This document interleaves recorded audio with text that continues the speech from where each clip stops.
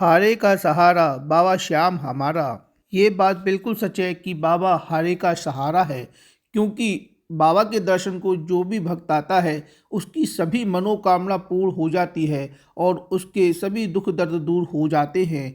बाबा बहुत दयालु कृपालु हैं। देश विदेश से लाखों श्रद्धालु यहाँ पर बाबा के दर्शन करने को आते हैं, लेकिन बहुत से लोगों को नहीं पता यहाँ बाबा के कुंड के बारे में। यहाँ बाबा का एक श्याम कुंड बना हुआ है जिसका बहुत ही अधिक महत्व है। बाबा के दर्शन करने के बाद हम आपको उस कुंड की तरफ ले चलेंगे और उसके महत्व के बारे में बताएंगे। हम आ गए हैं कुंड पर। खाटू श्याम के मंदिर के पास वाले कुंड को लेकर मान्यता है कि बर्बरीक का शीश इस प्राचीन श्याम कुंड से ही निकाला गया था।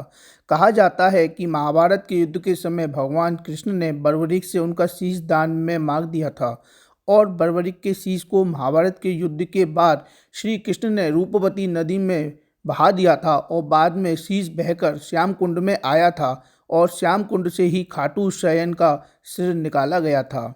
यह कुंड गहरे और अंडाकार आकृति में बना है। इस कुंड के जल को बहुत ही पवित्र माना जाता है। इस कुंड का पानी 12 महीने पवित्र जल से भरा रहता है। कुंड का जल जमीन से निकलता है और इसीलिए कहा जाता है कि कुंड में जल पाताल से आता है। वहीं श्री श्याम कुंड को खाटू का तीर्थ जलाशय भी कहा जाता है। इस कुंड में स्नान करने से पापों का नाश होता है और पुण्यों की प्राप्ति होती है। वहीं श्याम कुंड के जल का चरणामृत ग्रहण करने से आत्मिक शक्ति का अनुभव होता है।